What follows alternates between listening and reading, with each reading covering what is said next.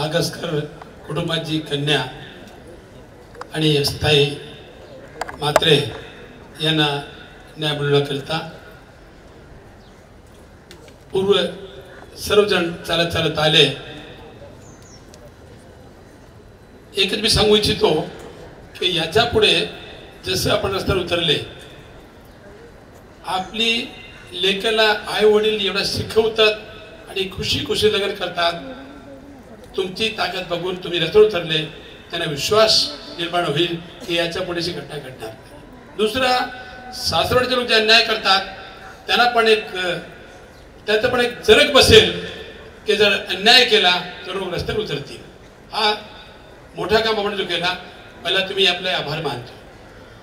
दुसरा, मंदिर एक धर्माचे साधन आहे आणि पुजारी दुःख कसे दूर होईल तो निवारण्यासाठी बसलेले आहे। ज्यांनी असं कुकृत्य केला तो पुजारी नाही, तो राक्षस प्रवृत्तीचा माणूस आहे आणि त्याच्यावर जरूर, कारण हे अगदी कोणी लोक आहे, मला 44 वर्ष झाले, धार्मिक प्रवृत्तीचे लोक आहेत, खूप धर्माला मानतात, आठवड्यात 2-2 उपवास करतात, म्हणून या धार्मिक लोकांची आस्था ज्या मंदिरावर निर्माण झाली आहे त्याला तडा पोचला, त्याला तडा करण्याचं काम केला, त्याला जरूर शिक्षा वाली पाहिजे, कडी शिक्षा वाली पाहिजे।